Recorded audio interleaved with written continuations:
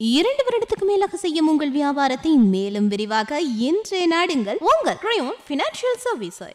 இலங்கையின் இறுதிக்கட்ட போரின் போது ராணுவத்தினரும் போர்க்குற்றங்கள் புரிந்துள்ளனர் என்பதை முன்னாள் ஜனாதிபதி சந்திரிகா பண்டாரநாயக்க குமாரதுங்க ஏற்றுக்கொண்டுள்ளார்.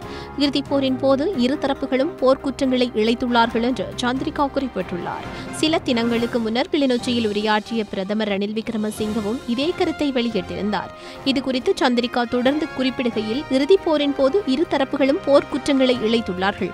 ஆனால் போர் நிறைவடைந்த பின்னர் ஒரு தரப்பு மற்றைய தரப்பு மீது குற்றம் சுமத்தி வருகிறது. போர் குற்றச்சாட்டுகளை ராணுவத்தினர் இழைத்துள்ளார்கள் என்பதை முன்னாள் ராணுவ தளபதியாக இருந்த சரத் பொன்சேகாவே ஒத்துக்கொண்டுள்ளார். போர் வெற்றிக்கு பிரதான பங்கு அவருடையது.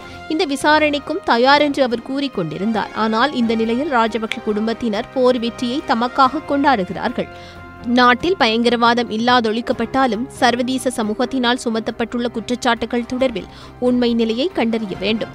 அதற்காக போர் வெற்றியை பெற்று தந்த இந்த ராணுவத்தினை நீதிமன்ற கூண்டில் ஏற்றுமாறு சொல்லவில்லை. அதேவேளை உயிரிழந்த விடுதலை புலி போராளிகளுக்கு புத்துயிர் கொடுக்குமாறும் சொல்லவில்லை.